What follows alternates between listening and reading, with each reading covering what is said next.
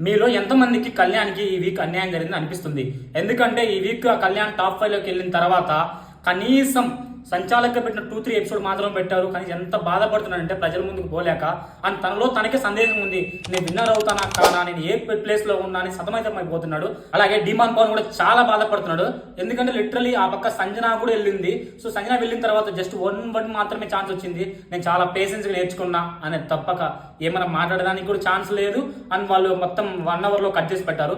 బర్ని గారిలో మెచ్చుకోవాల్సిన విషయం ఏంటంటే, ఈ సుమన్ శెట్టి పాయింట్స్ ఇచ్చిన తర్వాత కూడా బర్ని గారు ఒక మాట అంటారు, ఇది ఎవరికైతే యూటిలైజ్ అవుతాయి ఈ పాయింట్స్ అనేటి, టాప్ డౌన్ ఎవరున్నారు అనే సంజనానికి ఇచ్చినాడు.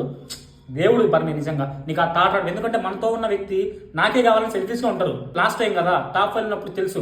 తనుజని క్లియర్ గా అంటుంది, నువ్వు నానా తనుజ. నాకు నచ్చిన విషయం ఏంటంటే, ఫస్ట్ నుంచి మిడిల్ వరకు నానా అనింది, తర్వాత బర్ని గారు అనింది, నానా అంటుంది, బర్ని గారు అంటుంది. సో అదైతే లిటరల్లీ మీరు యాక్సెప్ట్ చేసిన చేయకుండా మీ తనుజ ఫ్యాన్స్ లో కమెంట్ చేయండి.